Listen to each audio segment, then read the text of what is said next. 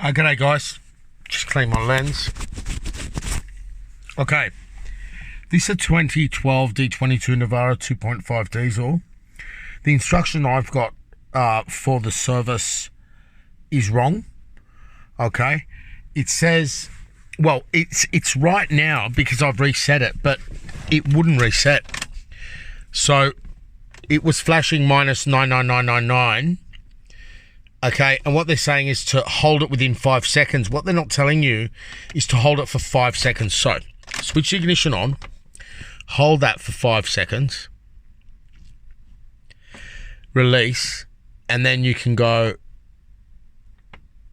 9, 10, and don't go over or you'll go all the way to 50,000 and back.